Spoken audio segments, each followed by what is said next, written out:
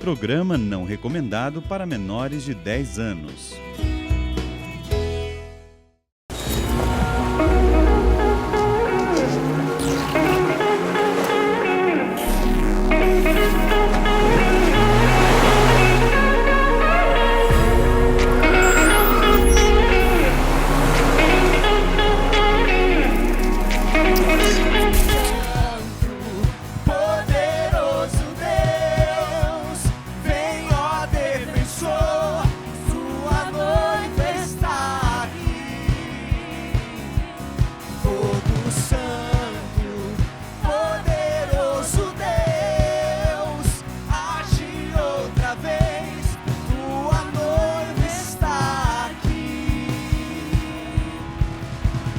Verdadeira glória do céu descerá.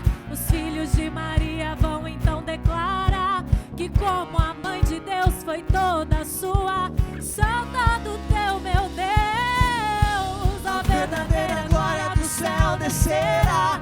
Os filhos de Maria vão então declarar que como a mãe de Deus foi toda sua, eu sou todo teu. A verdadeira glória do céu descerá. Os filhos de Maria vão então declarar que como a mãe de Deus foi toda sua, eu sou todo Deus. Sabe o chão, vai! Fogo santo, poderoso Deus, vem, ó defensor, sua noiva está aqui. Fogo santo, poderoso Deus, age outra vez, tua noiva está aqui. Seja muito bem-vindo ao programa Jovens Sarados, a Academia para a Tua Alma. Estamos todos aqui reunidos para te acolher, para que você possa viver junto conosco essa experiência do amor de Deus que nos transforma, que nos move, que nos motiva, que faz com que cada um estejamos cheios da presença de Deus. Leozão, nós estamos vivendo uma série que tem levado tanta experiência para jovens. Programa Jovens Sarados, fazendo que outros jovens conheçam melhor a Igreja Católica. Olha, nós nascemos de uma resposta, de um avivamento para sustentar esse avivamento. E nós queremos causar isso na sua vida também neste programa. Então eu quero convidar você que está aqui, você que está em casa, você que está dentro do carro, ligadinho no seu celular, acompanhando pelo YouTube. Já dentro do seu carro, faça essa experiência de levantar os braços. Você que está em casa, você que está aqui, erga os braços e você vai pedir isso: eu peço avivamento. Você vai cantar pedindo esse avivamento, essa oferta, essa entrega. Peço fogo forte, aquece a chama em mim, por amor do Filho seu.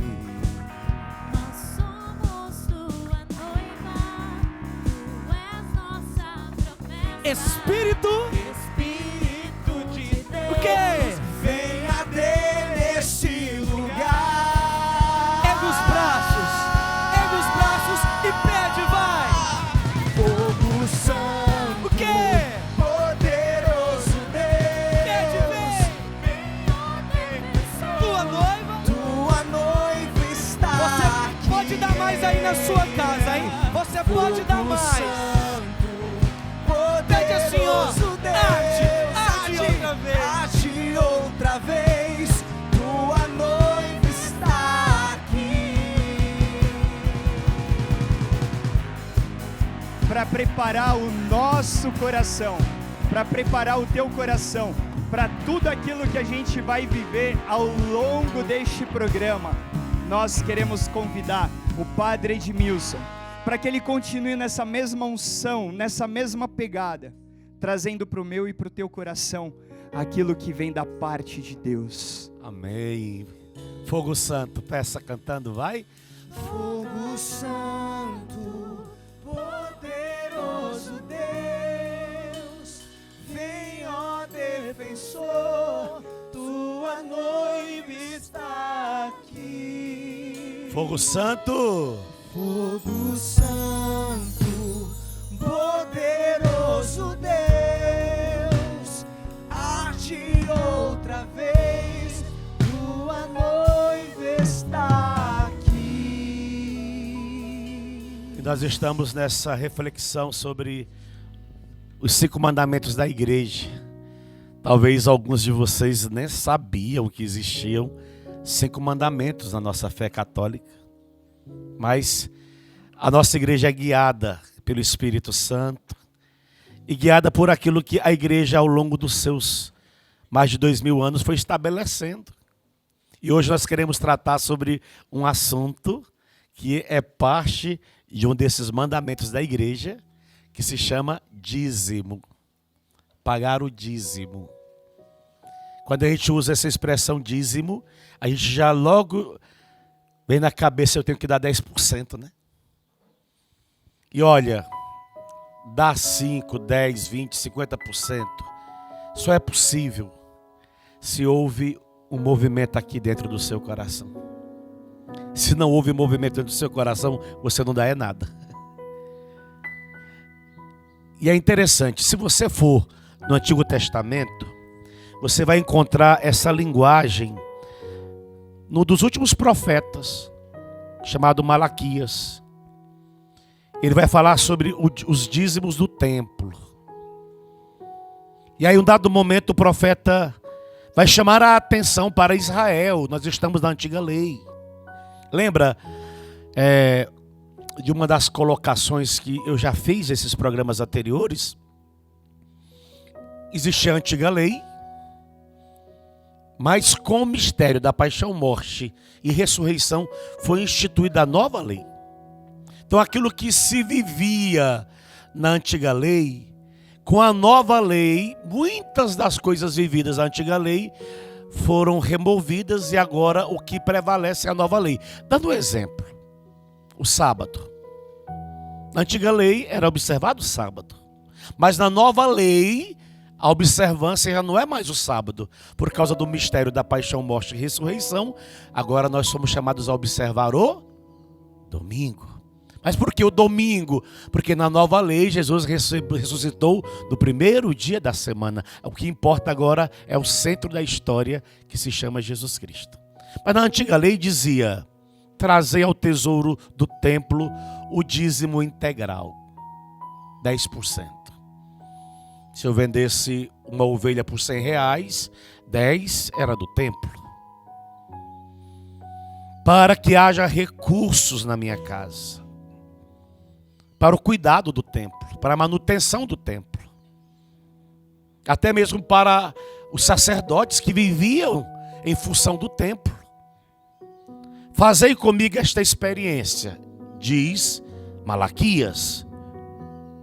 Vamos ver se não abro as comportas dos céus, se não derramo sobre vós minha bênção de fartura. Deus chamando para um confronto. Vou te provar. Faça experiência comigo, eu faço experiência contigo. Você vai ver. Se não derramo sobre vós minhas bênçãos de fartura, se não elimino as pragas das plantações, para que elas não acabem com a produção dos campos, nem reduzam a zero a safra dos vinhedos, diz o Senhor dos Exércitos. Ótimo. Isso é na antiga lei. Na nova lei, olha o que diz Lucas escrevendo à comunidade primitiva. A multidão e os fiéis, Lucas capítulo 4, versículo 32. Era um só coração e uma só alma. Ninguém considerava suas as coisas que possuía, mas tudo entre eles era posto em comum. Essa é a nova lei. A lei da partilha. De ver o irmão passando necessidade e de socorrê-lo.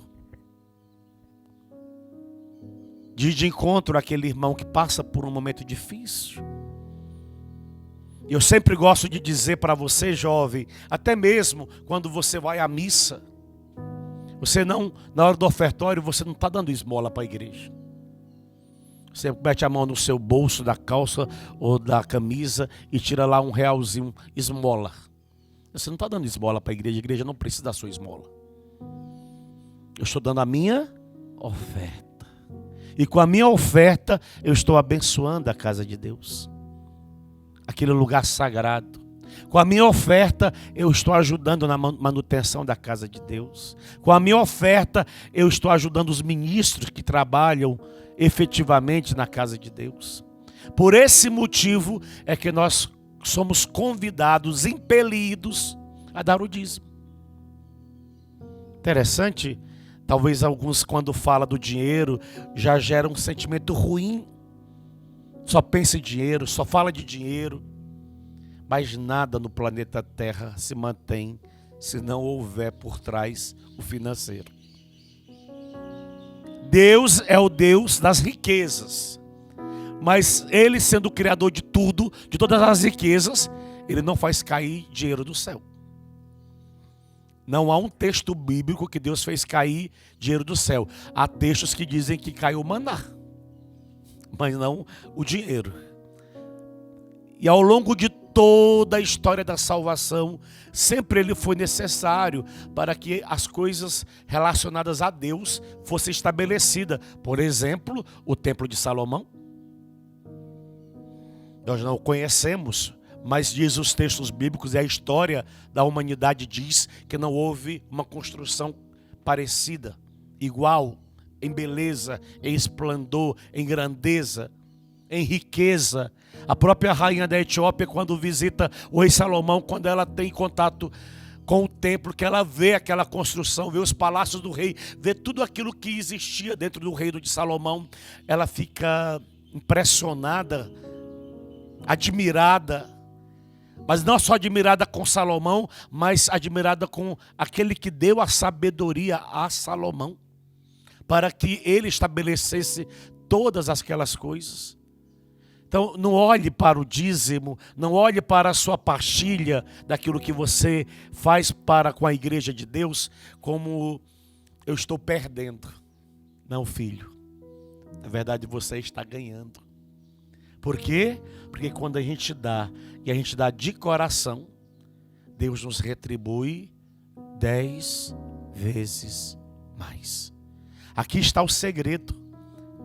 O dízimo só vai ser impactante na sua vida pessoal quando você fizer a experiência com Ele. Eu lhes prometo como sacerdote, faça uma adesão ao dízimo e você vai ver, seus teus rendimentos eles não se multiplicarão. O Deus de Malaquias ele não mudou. Repito, o Deus do Novo Testamento é o Deus da partilha, da comunhão. Mas Ele é o mesmo Deus de Malaquias. Ele não mudou. Se você fizer a experiência, você vai ver. Isso aqui está reservado para Deus. Há muitas formas de você dar o dízimo. Padre, eu sou obrigado a dar o dízimo. Você não é obrigado a nada. Ninguém é obrigado a nada. Porque precisa partir de um ato de liberdade. O apóstolo Paulo vai dizer liberalidade do coração. Um coração livre, que dá com liberdade. Então não é por obrigação, é por liberdade. Eu faço aquela oferta. Estou tirando isso aqui para a casa de Deus. E aí você vai ver que mesmo você não tocando de imediato na resposta de Deus, a resposta de Deus, ela se fará presente na sua história, no seu cotidiano. É o que eu tenho para dar. Repito, não vincule o teu dízimo aos 10%.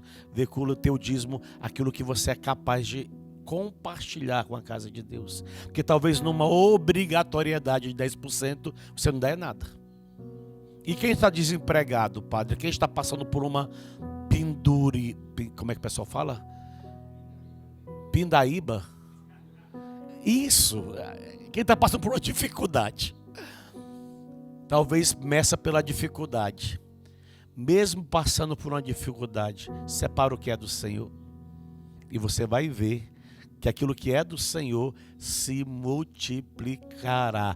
Não faltará na tua vasilha nem o azeite e nem a farinha, se você for fiel para com Deus.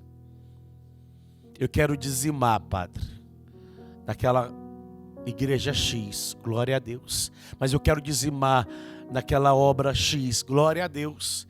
O que você tem que ter dentro da sua consciência é que você está ofertando, dando a Deus aquilo que Deus te deu. Na festa de Pentecostes, quando os israelitas saíam das suas cidades em direção ao templo, o que eles iam fazer ao templo? Eles iam levar de todas as suas colheitas aquilo que eles colheram de primeiro, as primícias. Então eles iam para colocar ali no templo, para o sacerdote, para tudo aquilo que era as necessidades do templo. Então eles levavam, se nasceu 50 ovelhas, ele tirava a primeira ovelha para fazer a oferta para Deus. Não tenhamos o nosso coração fechado a essa experiência, mas nos abramos. Quanto mais você se abrir, e a juventude por excelência, talvez o papai do jovem, a mamãe da jovem, paga o dízimo com fidelidade, mas o jovem tem dificuldade de tirar do bolso para dar a Deus. O jovem mede muito, mas o jovem que mede muito, ele não mede o lanche que ele come em algumas redes por aí, que é 10 vezes mais do que o dízimo que ele daria para a igreja. Ele não mede a bebida, ele não mede a roupa que ele comprou, que é 10 vezes mais. Mas para Deus, sente um pouco de estranheza quando tem que colocar a mão no bolso. Você só tem essa estranheza porque você não fez a experiência. No dia que você fizer a experiência, você vai ver que o Deus que falou aqui é fiel. Fica de pé. Levanta seus braços. Poderoso Deus, vem, ó defensor. Tua noiva está aqui, ó, tua igreja apaixonada, tua igreja que te ama, tua igreja jovem, que cada vez mais quer expressar o seu rosto jovem para o Senhor, que é o Senhor da igreja, que é o esposo da igreja, que é o apaixonado pela igreja. Cante isso mais uma vez, chamando por ele, o noivo. Fogo Santo, poderoso Deus, vem, ó defensor, sua noiva está aqui. Fogo Santo, poderoso Deus, arde outra vez, tua noiva está aqui. Jovens, pelos homens, cada dia hei de viver.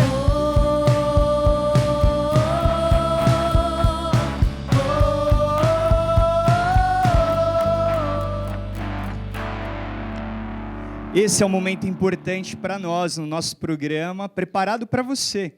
É um momento onde a gente traz um testemunho para edificar a minha fé, a tua fé, e para mostrar o quanto Deus, o nosso Deus, é um Deus vivo e presente no meio de nós, porque Ele tem a capacidade de transformar as vidas e trazer uma nova oferta de um modo diferente, você vai entender.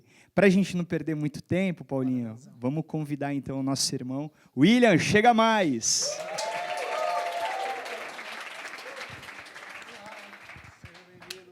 Seja bem-vindo. Se apresenta rapidinho para a gente poder iniciar esse bate-papo. Né? William Domingues, faço parte dessa obra durante 6 anos, tenho ofertado, né, a minha vida a Jesus, a igreja e a missão de Jovens Sarados, né, e sou missionário, tempo integral, entreguei toda a minha vida, larguei tudo para pregar o evangelho e ajudar, né, essa obra. E eu estou muito feliz e é isso, meu irmão. William, a gente escuta um jovem dizer, entreguei toda a minha vida. Para alguns isso é legal, entendo que é isso, mas para a grande maioria isso é uma interrogação. Sim. O que é entregar toda a tua vida, ou melhor, como que era antes de você ter a sua experiência com Jesus? Bom, as minhas ofertas, né? durante ali, para você poder entender, principalmente você que está nos acompanhando, durante 13 anos da minha vida eu vivi preso, né, à dependência alcoólica. Dentro desses 13 anos, 7 anos eu vivi preso na dependência química, e durante esses 13 anos, 10 anos, né, ali vivenciando dentro de uma torcida organizada, a criminalidade também, a violência, o consumo excessivo de álcool, de droga, né? E esses starts, né, só estou aqui trazendo para você entender um pouco, né, da minha história, o reflexo dessa oferta também, tanto da minha vida para com os meus familiares e todas as pessoas que conviviam comigo, né? O que fez eu ofertar, né, durante esses 13 anos tantas coisas ruins para a minha vida e para a vida daqueles que eu amava, né? Mas, William, só para a gente entender, fazer uma análise do William. A sua família era católica, era de igreja, você desde foi batizado, como que foi esse crescimento? Qual a sua base, como era assim? A minha base, assim, o meu pai, eu lembro que ele frequentava a Santa Missa, né? Só que ele não podia estar tão profundo e nem comungar, porque durante 30 anos ele viveu, né, numa união estável, né, com a minha mãe, então ambos não podiam comungar, tocar na Eucaristia, né? Mas assim, alguns dados momentos, meu pai ia assim à Santa Missa, só que o meu ambiente familiar, tudo começa dentro da nossa casa. A gente aprende todas as coisas e tudo que a gente faz fora, a base está alicerçada dentro da nossa casa, né?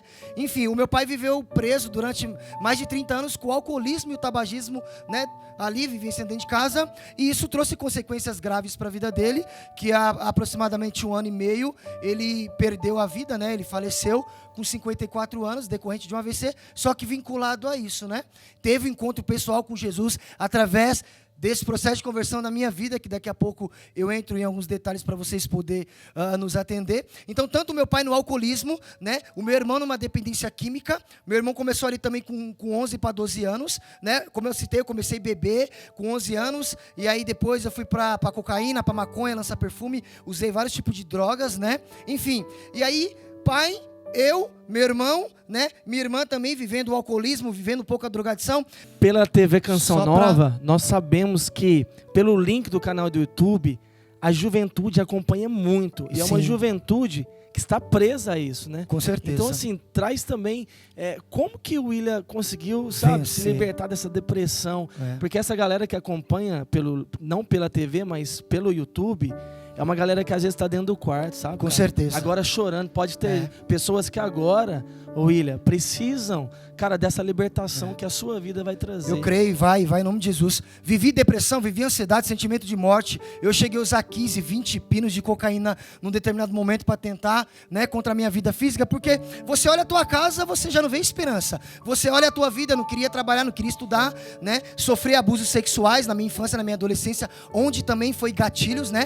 Onde fez com que eu me posicionasse como, né? Até muitos me chamavam de bruxo, um nome, um rótulo significativo das minhas atitudes, né? Então eu sempre me posicionei, eu sempre tive uma sede, né? Só que daí eu canalizei no mundo, como diz Padre Léo, e não em Deus, né? Para direcionar, enfim. E o que aconteceu? A minha mãe, em um dado momento, com 42 anos, ela vendo a nossa realidade de família, né? Ela acabou ficando grávida depois de 19 anos. Ficou grávida, ela tentou o suicídio. Dentro desse período, ela não sabia que estava grávida. Ela tentou o suicídio, né? Deus fez ali um milagre já bem, né? A nossa família é só milagre, enfim. A minha vida também é muitos. Mas, e aí, o que acontece? Ela tentou o suicídio e foi para o hospital e descobriu uma gravidez de 4 meses.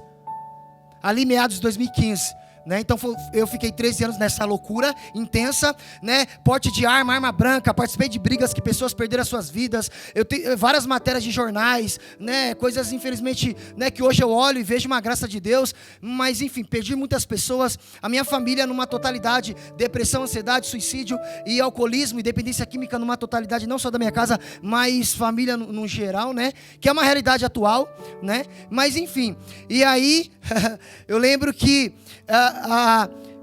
o nascimento da Yasmin, que tem 7 anos de idade, fez com que eu tomasse um chacoalho. Porque assim, eu acreditava em Deus. eu era da vida louca, né? Quem mora numa comunidade sabe, eu moro numa favela, né? Eu acreditava em Deus. Não é à toa que quando eu chegava, né, de assaltos, às vezes, que eu praticava também com a galera, ou de jogos, atos violentos, eu chegava na minha casa e agradecia a Deus. Andava com crucifixo, né? Para pedir uma proteção, mas enfim.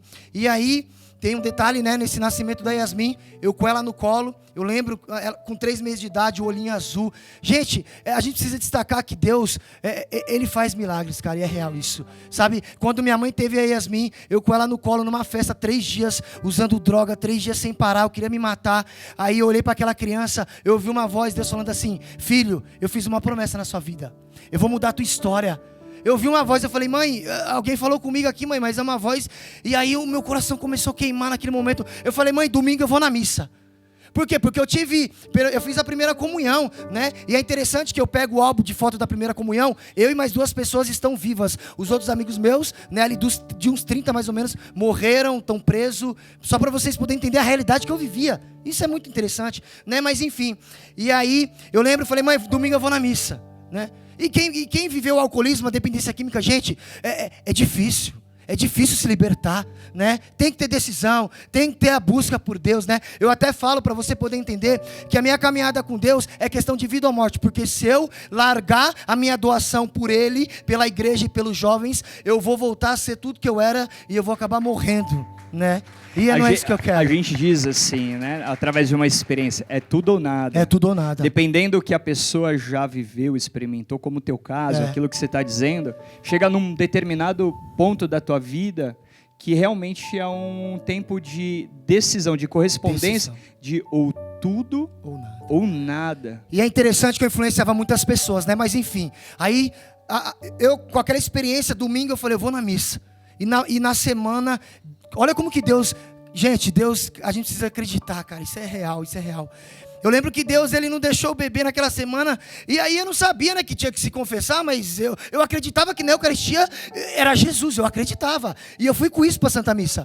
E aí eu lembro que eu fui na minha comunidade, né, lá em São Mateus, eu entrei naquela igreja num domingão lá de manhã e tal, e aí todo mundo olhava para mim, porque me conhecia, porque eu apareci em muitos lugares, né, então o meu rosto era visto. Eu fui ameaçado de morte por todas as torcidas organizadas do estado de São Paulo, sabe, a galera fez estratégia para tentar arrancar minha vida, sabe? Então, enfim, meu irmão também foi torcida, mas enfim. Então, aí eu lembro que aí o padre celebrou a missa, eu já comecei a olhar diferente, eu não gostava de padre, não gostava da igreja. Para mim, a igreja católica não tinha jovens, só tinha as tiazinhas que eu amo, sou apaixonado onde eu prego, elas ficam, que legal. Mas enfim, e aí eu lembro que eu fui para a fila da comunhão e olhava fixo na Eucaristia, não via mais ninguém. E eu lembro que o padre ali, né, eu comunguei aquela Eucaristia, comecei a queimar, comecei a chorar. Falei: o que está acontecendo isso comigo? Eu não entendia nada. Eu fui lá quietinho, né? O irmão se ajoelhou do meu lado, eu se ajoelhei, comecei a chorar lá, beleza. E aí o que aconteceu? Meu irmão estava num processo de recuperação também, né, da dependência química. E aí a Canção Nova, gente, a Canção Nova na minha vida como Jovens Sarados é extraordinário. Ali no Abraça São Paulo 2015, no estádio de futebol.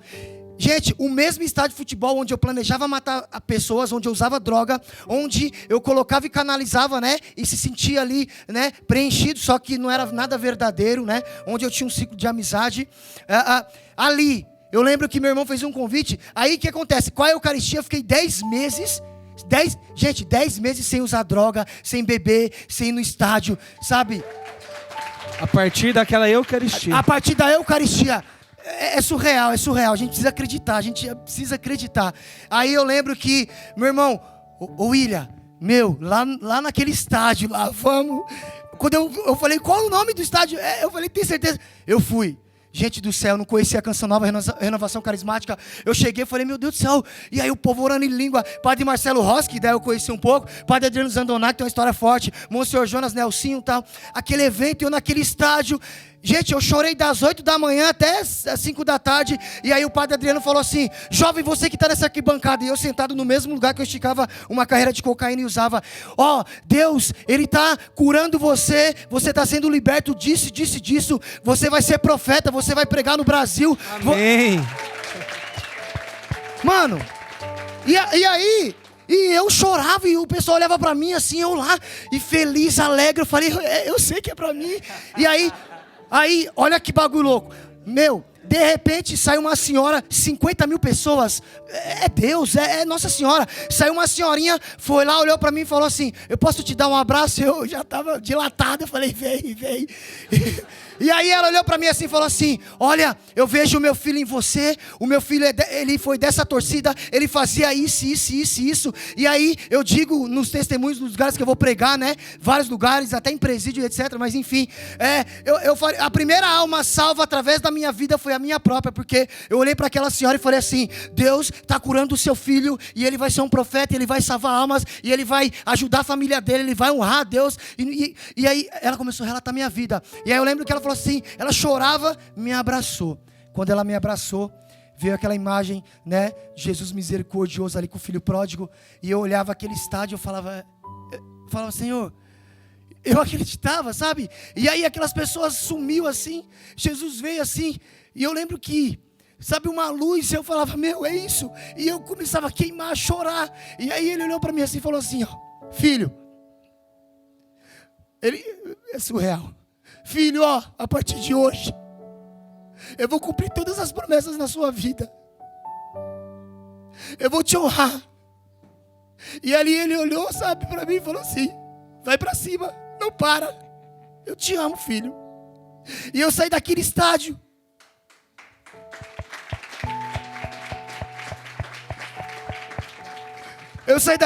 Irmão, cheguei na minha casa. Peguei tudo que eu tinha, vendi, cheguei na igreja e toma, tudo, coisa de torcida, sabe, objetos, e falei, mãe, você não sabe o que aconteceu, mãe? E comecei a colocar a música do Padre Marcelo Rossi, e aí fui pesquisar a canção nova e fiquei muito doido. Aí o padre fez aquela profecia, eu falei, é isso, e missa, aí fui me confessar, e palavra, Bíblia, eu só rezava Ave Maria na várzea, no futebol, né? E comecei a rezar terço, comecei rosário. Gente, e aí vai entrar a canção nova. Abril de 2017, o meu testemunho chegou na canção nova por irmãos lá na época do Jovem Sarados Tatuapé. E aí o padre ficou impactado, o padre Adriano, né? E aí ele me chamou. Aí eu dei meu testemunho lá no programa Pra Ser Feliz, né? Em 2017, abril. Em junho de 2017, o padre falou: filho, eu quero você no acampamento. Mais de 30 mil pessoas, cara. Naquele, né, no centro de evangelização da Canção Nova ao vivo. Eu lembro que minha família juntou mais de 30 pessoas para assistir. A empresa que eu trabalhava juntou todo mundo para assistir, cara. Todo mundo. E aí passou reprise. Aí a galera lá na hora do almoço, vamos assistir o Ilha. Deus me honrou. Eu fiz curso técnico, faculdade, mestrado. Deus falou: eu vou te honrar, lembra? Falei, lembro. Falei, Senhor, eu sou da favela, o Senhor tá ligado, nós é embaçado.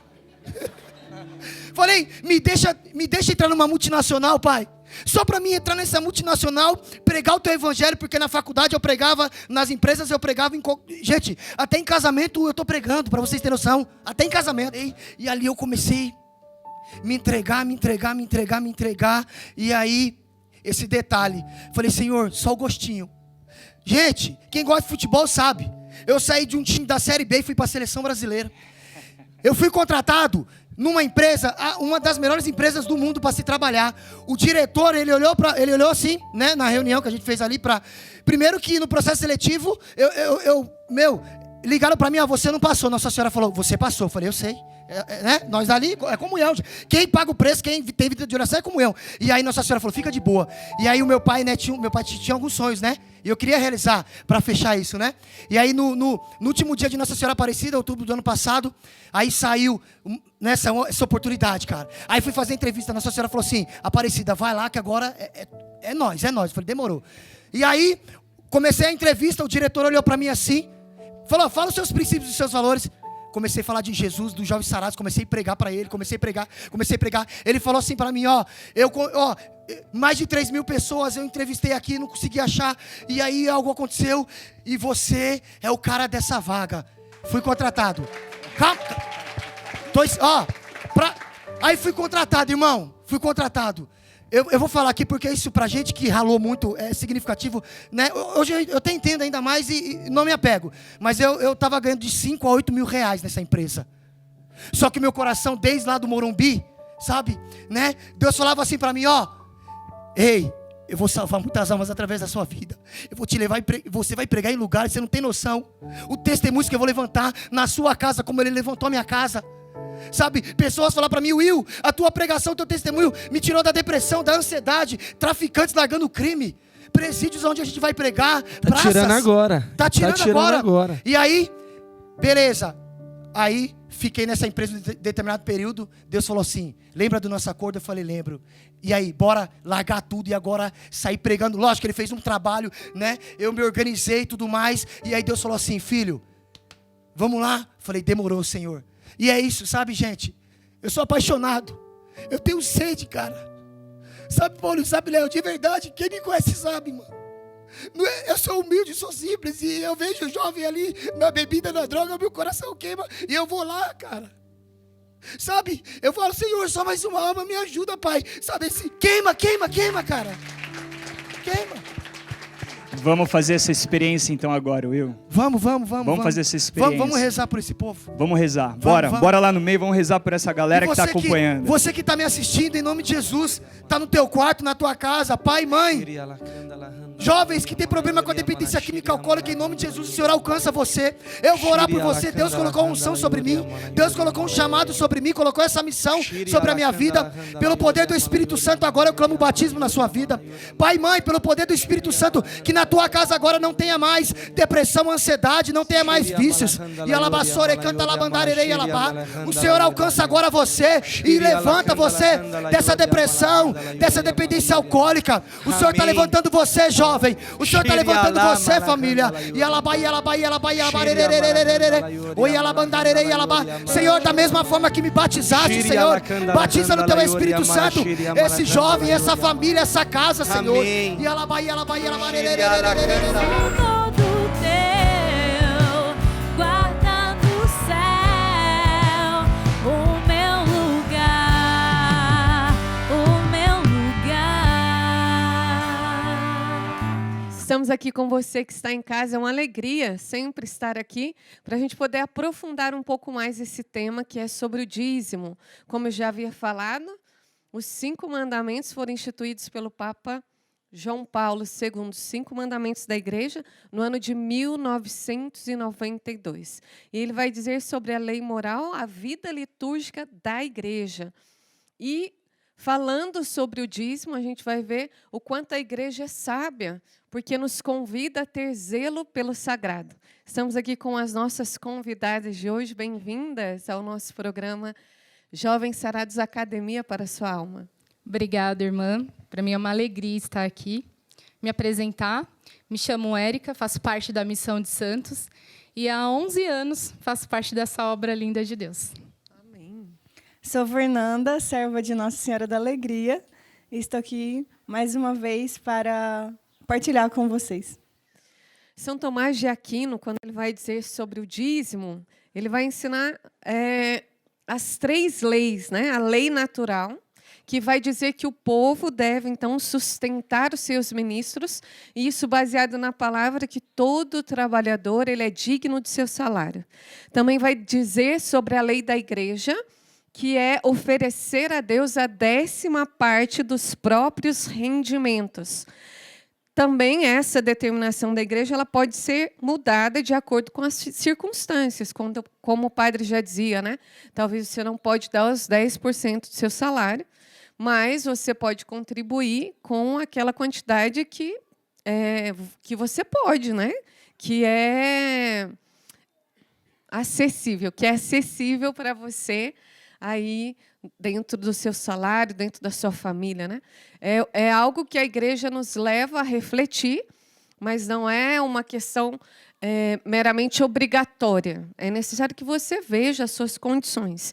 E depois, a lei da caridade, que eu acho que aí diz tudo, né? Não é só apenas fazer por obrigação, mas também fazer com generosidade, já que está ligado à lei da graça, né? Que é o templo, que é o sagrado. E também, dentro da antiga lei e da nova lei, como o padre dizia, aquilo que sobra desses 10%, né, os ministros da igreja, eles devem destinar a esmola aos mais pobres, para ajudar os mais pobres. O que você tem a nos dizer aí, Érica, sobre a questão desse doar, né? O doar, aqui no caso, o próprio dinheiro, né? Para o sustento da igreja, dos seus ministros, para a manutenção da igreja, que nós utilizamos, né? Mas, como nós estamos vendo, tudo isso deve ser feito com muita generosidade. Sim, irmã. E como o padre nos trouxe no outro bloco, a gente tem que entender aquilo que nós estamos ofertando, né? Não o dízimo por si só, por ser uma ajuda nas questões materiais da igreja, mas se sentir pertença daquilo que Deus nos deixou por herança, né? Que é a igreja, o sagrado. Nossa casa, né? Exatamente, a nossa casa. A gente não fica feliz quando vai numa santa missa, no ambiente legal, bonito, mas ali não caiu do céu, não é verdade? Então, precisa ter o entendimento. Então, o catecismo, ele nos fala, né, que o dízimo ele é o mínimo assim, indispensável. Só que a gente tem que entender e fazer a experiência. Porque, se nós não fizermos a experiência, a gente vai simplesmente dar, como a senhora mesmo falou, aquilo que sobra. E eu vejo assim que esse ato da gente se doar e ajudar, tendo o entendimento do que verdadeiramente é o dízimo, isso me faz crescer espiritualmente. E me faz crescer no amor a Deus e ao próximo. Porque trabalha, como a senhora falou, a generosidade. Sim. E em São Paulo, em Coríntios, 2 Coríntios, ele vem nos lembrar disso. Doar com alegria. E que Deus ama quem doa com alegria. Sim. E a gente sente isso quando nós entramos no ambiente que ele favorece a nossa vida de oração. Por exemplo, quando a gente vê uma imagem bem feita, bonita, quando a gente pode sentar bem na igreja, quando a igreja está refrigerada. Quanto isso também contribui com a nossa vida espiritual, né? Não é só o ambiente, né? Faz parte de tudo isso. Não é só chegar ali e rezar simplesmente, mas é estar num ambiente acolhedor. E se sentir pertença. E quando a gente entende isso, isso se torna natural. E eu posso dizer assim que não vai ser algo obrigatório e que nem a senhora mesmo falou, não tem um percentual estipulado, sim, os 10% ou não, ou dá o que sobra. Mas isso tem que fazer parte do nosso compromisso, que é a minha responsabilidade. Fernanda, a gente que vive de doação, né, da ajuda das pessoas, a gente sabe o quanto é importante, mas também o quanto Deus favorece aqueles que doam com generosidade, né? Sim, o dízimo me faz lembrar aquela passagem quando os discípulos, né, os apóstolos começaram a se reunir, que eles colocaram tudo em comum, né?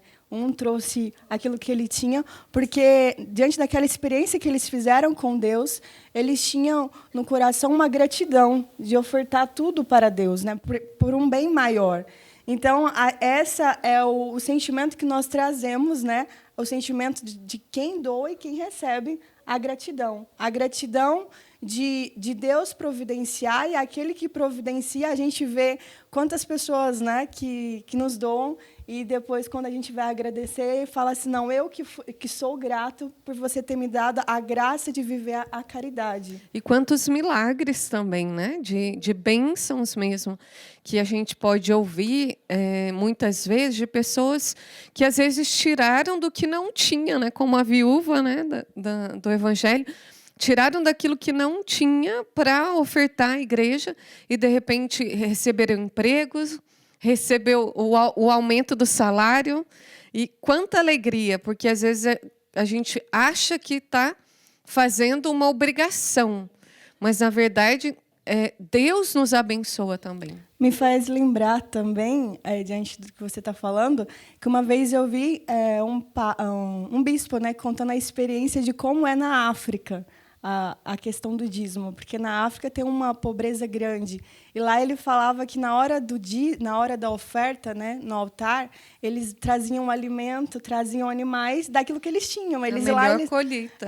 Eles traziam a melhor colheita que eles tinham, porque lá eles não têm o dinheiro, mas eles queriam dar o melhor para Deus. Então, eles pegavam o melhor bezerro, a melhor colheita para levar no altar, né? Então, é essa gratidão, né? Tem uma frase que diz que não tem pobre que não tenha nada que não possa dar e não tem rico que não tenha nada que não possa receber, né? Porque mesmo que você tenha tudo, você sempre vai precisar de algo. E o pobre também, é bonito ver essa oferta, né, do povo, e ainda mais desses que não tem nada, mas sempre traz algo significativo pela questão da gratidão, de querer ofertar não só um dízimo, mas a sua vida a Deus, né? Também nos faz viver um pouquinho a questão do desapego, no mundo que nós, né, vemos que as pessoas são tão apegadas àquilo que têm, e quanto mais tem, mais quer ter, né? Isso também nos faz viver essa questão de dar valores realmente àquilo que importa, né? Não ao supérfluo. Isso mesmo, irmã. E, assim, fazendo memória, quando a gente tem esse entendimento, como eu disse, ele faz nos crescer espiritualmente, trabalhando a generosidade, a partilha, a partir do entendimento. Porque senão a gente vai tratar o dízimo como se fosse uma obrigação. E não é. Né? Tem que ser algo de coração. E sem também, assim, que é válido lembrar, que muitas das pessoas, às vezes, acham porque está pagando tem que cobrar algo. Mas não. O dízimo é uma responsabilidade. Eu pago aqui, eu tenho direito sobre a igreja, eu mando nisso, mando naquilo. Exato. Uma vez, uma partilha com o padre, ele falou que muitas das vezes, quando eu recebia dízimos altos, às vezes os fiéis queriam cobrar algo, né, daquilo pelo fato que pagou. Então, isso realmente não está sendo uma doação de coração. Está sendo uma doação por obrigação. Fora que aí acha que é dono também da pastoral. Não, porque eu contribuo a essa pastoral aqui, quem manda sou eu. Realmente tem que ter essa oferta de desapego de todas as coisas. E, às vezes, né, você que é jovem, talvez está aí recebendo o seu salário mínimo, sei lá quanto que está o salário, mas daí você pensa, nossa, mas tem que dar de tudo R$200 para a igreja, R$100 para a igreja. Né? Você vê que é muito diante daquele pouco que você recebe. Mas quando você faz essa oferta com generosidade, Deus multiplica. Você vai ver que o seu salário vai render muito mais. E falando nisso, irmã, assim, isso é muito real. Eu posso falar como experiência própria. Eu falo assim que o meu trabalho, eu não trabalho para mim, sendo bem transparente. Não estou me subestimando, não, mas eu trabalho para ajudar os outros. E quando eu me vi assim numa situação que eu fui mandada embora com 10 anos de empresa, eu não sabia nem fazer mais currículo. Eu falei, meu Deus! E ali, na minha oração sincera com Deus, ele foi tão bonito, porque eu falei assim, Senhor, como é que eu vou ficar desempregada e deixar as pessoas que eu ajudo, principalmente a minha família e os meus pais? Como que eu vou fazer? Né? E ali eu falei, me dá um novo emprego para que eu não deixe desamparado aquelas pessoas que eu ajudo. Que daí eu ia ver minha planilha, porque, como eu falei, os meus compromissos fazem parte das minhas despesas. Então, eu falei, e agora? Só tem despesa aqui com os outros. Como é que eu vou fazer para pagar tudo isso? E ali eu vi a graça de Deus. Durante as férias, que eu fiquei sabendo que ia ser mandada embora, durante as férias eu arrumei um outro emprego. Olha, e ali Deus não deixou faltar. E me retribuiu 3 vezes mais do que eu ganhava na empresa anterior. Assim, eu já toquei muito também, né? A providência de Deus na minha vida. A gente que vive a vida consagrada toca isso muitas vezes diariamente. E eu me lembro até de um dos eventos que a gente sempre fazia, que uma gráfica pequena, era uma garagem mesmo, bem pequenininha, um cômodo. E, naquela época, o dono daquela gráfica foi muito generoso. Não, eu vou doar tantos panfletos. Nossa, bem pequenininho, ele vai doar mesmo assim. E hoje ele tem lá uns 3 galpões, né? Ele tem uns 3 galpões na fábrica dele, de tanto que cresceu. E aí, quando chega lá, a gente brinca, né? Que o nosso chefe paga bem. Então, ele continua sendo generoso, né? Porque ele ainda fala, né? Desde quando eu ajudei vocês, as coisas começaram a crescer. Hoje, tudo isso que eu tenho foi graças a essa ajuda que eu dei. Então, é muito assim, foi muito visível o quanto Deus fez produzir pelo aquele pouco que Ele deu quando Ele não tinha muito. Então, é o que a gente está falando. Deus sempre abençoa, Deus sempre multiplica. Daí depende da generosidade também que você doa. Se se você é uma pessoa apegada ou um jovem apegado, porque para você doar, você tem que renunciar. Aquele perder para ganhar. Exatamente. O problema é que ninguém quer perder, né? Daí, Érica, você pode, né, nos dizer se você é dizimista, como que você fez para se tornar dizimista, e assim também ajudar os nossos jovens que querem contribuir também, né, com o seu dízimo para com a sua paróquia. Então, irmã, agora eu vou falar aqui direcionado para aqueles que estão nos assistindo. Primeiramente, você tem que entender, fazer a experiência, ter o entendimento que aquilo que você está doando é de coração, com alegria. Senão, não vai adiantar de nada. Basta, com esse desejo, com essa alegria, procurar, né? Sentir pertença ali naquela paróquia que você participa, mais próxima, no grupo. E o diferencial está ali, como eu falei, se sentir pertença, ter zelo por aquele local. E é simples, basta chegar lá e doar com aquilo que você pode, né? Como a senhora mesmo lembrou. Deus retribui muito mais, porque nada é nosso, tudo é de Deus. Então, ele chega lá na paróquia, ele procura o seu pároco. Normalmente tem ali a equipe do dízimo, né? Que você pode ir lá se inscrever, daí você vai receber um boleto que às vezes as paróquias fazem e você vai poder contribuir com aquele valor que você pode mensalmente. E hoje está tão fácil, né, irmã? Tem o Pix, tem tudo. Então... tem paróquias que tem até aplicativo já que você pode ajudar. E vale a pena. A gente vê tantos padres, né, tantos sacerdotes também que lutam, né, na administração, porque não é fácil administrar. Pensa, você que deve aí ter 1 ou 2 filhos, pensa uma igreja que às vezes tem 200, 300 fiéis e que você tem que administrar tudo aquilo, fazer com que as pessoas estejam no ambiente que favoreça a água, a luz. Se sintam bem, né? E se sintam bem. Então, muitos padres que lutam para que isso aconteça. A gente, né, vive muito isso ali, padres reformando a sua paróquia para trazer tudo aquilo que a gente já disse aqui, né? Um ambiente mais favorável à oração. E não ter limite, né? Porque às vezes a pessoa acha assim, porque eu ajudo nessa igreja, não vou ajudar na outra. É aquilo que o seu coração, do seu pouco.